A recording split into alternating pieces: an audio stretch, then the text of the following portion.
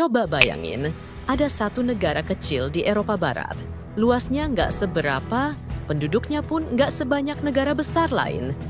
Tapi, namanya selalu muncul di banyak hal penting. Mulai dari urusan ekspor pertanian, pelabuhan tersibuk, teknologi canggih, sampai urusan bunga dan benih tanaman dunia, semuanya ada jejak negara ini. Gimana bisa ya?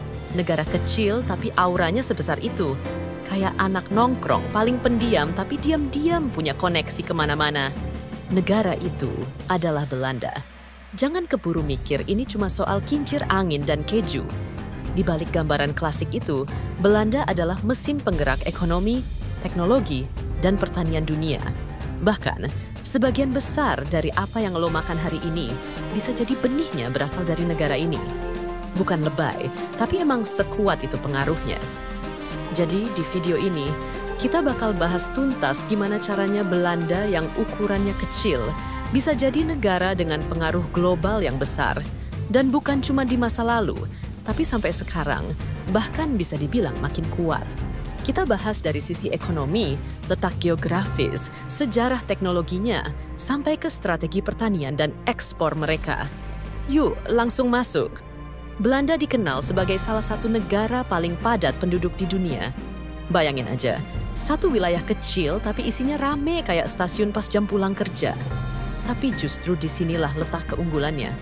Mereka nggak ngeluh soal sempitnya lahan, malah ngejawab tantangan itu dengan solusi konkret. Bikin sistem pertanian dan infrastruktur yang efisien banget. Nggak ada ruang yang sia-sia. Lahan yang terbatas ini bukan penghalang, tapi jadi tantangan yang mereka taklukkan dengan gaya. Salah satu contoh paling kerennya adalah Flevoland, sebuah provinsi yang dulu adalah dasar laut. Sekarang jadi daratan subur dan produktif. Bukan sulap, tapi hasil dari proyek reklamasi dan pengelolaan air yang rapi banget. Letak Belanda tuh bener-bener strategis. Diapit sama negara-negara kayak Eropa dan punya akses langsung ke Laut Utara. Nggak heran kalau Belanda jadi tempat persinggahan penting dalam jalur perdagangan Eropa. Sungai-sungai besar kayak Rhine, Meuse, dan Scheldt mengalir ke wilayah mereka, bikin Belanda jadi titik koneksi ke Jerman, Swiss, dan Prancis. Tapi di balik keuntungan ini, ada ancaman besar, banjir. Hampir 1/5 wilayah Belanda ada di bawah permukaan laut. Tapi alih-alih kabur dari ancaman, mereka malah ngadepin dengan membangun teknologi pertahanan air paling maju di dunia. Kanal, tanggul, dan sistem pemompaan mereka bukan cuma bikin aman, tapi juga jadi inspirasi negara lain. Kalau negara lain sibuk bangun tembok, Belanda sibuk ngatur air. Yang paling mencengangkan dari Belanda adalah sektor pertaniannya. Di atas lahan yang kecil dan cuaca yang enggak selalu bersahabat, mereka berhasil jadi pemain utama dunia. Caranya? Inovasi non-stop. Mereka bukan sekadar nanam, tapi riset, teknologi, dan sistem pertanian presisi mereka udah level dewa. Teknologi rumah kaca mereka canggih banget, sampai bisa ngatur kelembapan, suhu, dan cahaya sesuai kebutuhan tanaman. Bahkan mereka udah lama pakai sensor tanah, drone pemantau, sampai kecerdasan buatan buat memaksimalkan hasil panen tanpa nyiksa alam. Hasilnya? Produktivitas tinggi, limbah rendah, dan kualitas panen yang konsisten. Dari sinilah banyak negara belajar. Banyak bibit sayuran, buah, sampai bunga yang dipakai petani di Asia dan Afrika. Awalnya berasal dari laboratorium pertanian di Belanda. Jadi kalau lo makan tomat di restoran lokal, ada kemungkinan besar tomat itu punya darah. Belanda. Salah satu titik balik besar Belanda terjadi saat masa kelam Perang Dunia. Krisis pangan yang parah bikin mereka sadar bahwa ketahanan pangan itu bukan hal sepele. Sejak itu, mereka investasi habis-habisan di teknologi pertanian. Bukan cuma buat swasembada, tapi buat jadi pelopor global. Mereka bangun pusat riset, kolaborasi universitas dengan industri, dan memprioritaskan efisiensi lahan. Bukan sekadar bikin hasil panen melimpah, tapi juga ramah lingkungan. Prinsipnya, lebih banyak hasil, lebih sedikit input. Hemat air, hemat pupuk, dan minim dampak ke tanah. Belanda bukan cuma pintar produksi, tapi juga jago jualan. Sistem logistik mereka didesain rapi, dan pelabuhan Rotterdam jadi ujung tombak ekspor. Barang dari Belanda bisa sampai ke negara lain dengan waktu singkat dan efisien. Nggak cuma itu, mereka juga jago mengolah hasil panen jadi produk siap jual. Mereka ekspor bukan cuma sayuran mentah, tapi juga benih, teknologi pertanian, dan produk turunan yang nilainya tinggi. Jadi, meskipun lahannya kecil, nilai ekspor mereka bisa ngalahin negara yang jauh lebih luas. Kalau ngomongin soal teknologi tinggi, Belanda bukan pemain figuran. Mereka justru salah satu sutradara utama dalam panggung global industri teknologi. Negara ini adalah rumah bagi perusahaan-perusahaan raksasa yang namanya mungkin enggak kamu lihat di iklan smartphone, tapi justru jadi tulang punggung dari semua teknologi yang kamu pakai setiap hari. Salah satunya adalah ASML, perusahaan asal Belanda yang memproduksi mesin-mesin litografi super rumit dan presisi tinggi yang dibutuhkan buat bikin chip paling canggih di dunia. Tanpa mesin buatan mereka, perusahaan teknologi di negara manapun, termasuk raksasa-raksasa Amerika dan Asia, bakal kesulitan produksi semikonduktor yang jadi otak dari semua gadget modern. Laptop, ponsel, mobil listrik, hingga alat medis. Semuanya nyaris pasti tergantung pada teknologi yang melibatkan ASML di dalamnya. Tapi kekuatan Belanda nggak berhenti di industrinya doang. Mereka juga punya fondasi pendidikan teknologi yang kuat.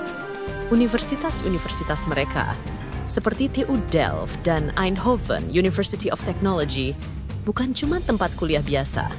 Mereka aktif melahirkan peneliti, engineer, dan inovator yang langsung diserap industri.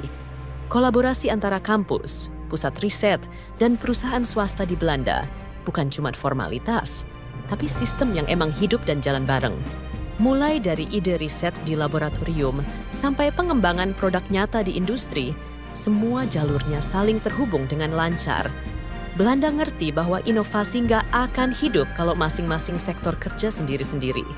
Itulah kenapa ekosistem teknologi mereka bisa sefisien dan sekuat itu. Meskipun negaranya kecil. Mereka tahu persis gimana caranya bikin sains, bisnis, dan Belanda adalah contoh konkret dan relevan bahwa ukuran sebuah negara, baik dari sisi luas wilayah, jumlah penduduk, maupun sumber daya alam, tidak otomatis menentukan seberapa besar pengaruhnya dalam skala global. Yang benar-benar membedakan Belanda dari banyak negara lain adalah kemampuannya membaca tantangan sebagai peluang dan menjawabnya dengan pendekatan yang efisien, inovatif, serta berani ambil keputusan jangka panjang. Bayangin, sebuah negara yang sebagian wilayahnya di bawah permukaan laut, yang berisiko tergenang setiap saat, justru bisa dikenal sebagai pemimpin dunia dalam teknologi pengelolaan air. Negara yang sempit lahannya justru jadi pemasok benih dan produk pertanian berstandar tinggi ke seluruh dunia. Negara yang dulu pernah dihantam krisis pangan parah, kini jadi contoh global soal ketahanan pangan modern. Semua itu bukan kebetulan, tapi hasil dari pola pikir yang strategis, keputusan yang konsisten, dan mentalitas yang enggak gampang puas. Mereka tahu kelemahan mereka sejak awal, dan bukannya menutup-nutupi atau pasrah, justru menjadikannya alasan utama buat terus bergerak. Tanah yang awalnya cuma lumpur dan air, mereka sulap jadi lahan produktif lewat proyek reklamasi berskala besar. Sistem pertanian mereka bukan cuma soal tanam dan panen, tapi tentang efisiensi, kualitas, dan keberlanjutan. Bahkan dalam dunia pendidikan, mereka desain sistem yang menggabungkan akademik dan industri sejak dari kampus, supaya lulusannya langsung siap terjun dan relevan dengan kebutuhan zaman. Yang bikin Belanda semakin luar biasa adalah visinya. Mereka bukan cuma mikirin hari ini atau besok, tapi sudah memproyeksikan kebutuhan masa depan dan mempersiapkan infrastrukturnya dari sekarang. Setiap kebijakan dibikin bukan buat efek sesaat, tapi buat keberlanjutan. Mereka ngerti banget bahwa dunia terus berubah, dan yang bisa bertahan adalah yang mau berubah lebih dulu. Dari energi terbarukan, smart city, sampai pendidikan berbasis inovasi, semua dirancang sebagai bagian dari puzzle besar yang tujuannya jelas. Bikin negara kecil ini tetap jadi pemain utama dalam permainan global.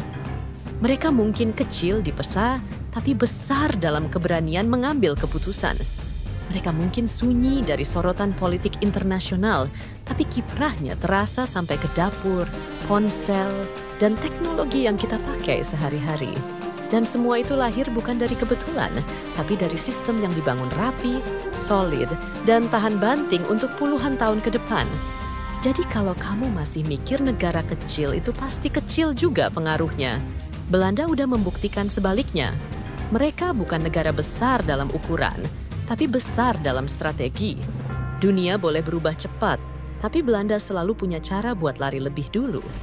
Negara ini bisa jadi inspirasi kalau kamu mau mulai dari keterbatasan. Karena kadang, kekuatan justru lahir dari ruang sempit. Pertanyaannya sekarang, menurut kalian, apakah Indonesia bisa lebih maju dari Belanda dengan sumber dayanya yang luar biasa? Tulis pendapatmu di kolom komentar. Jangan lupa like, share, dan subscribe biar nggak ketinggalan video-video edukatif seru lainnya. Sampai jumpa di video berikutnya.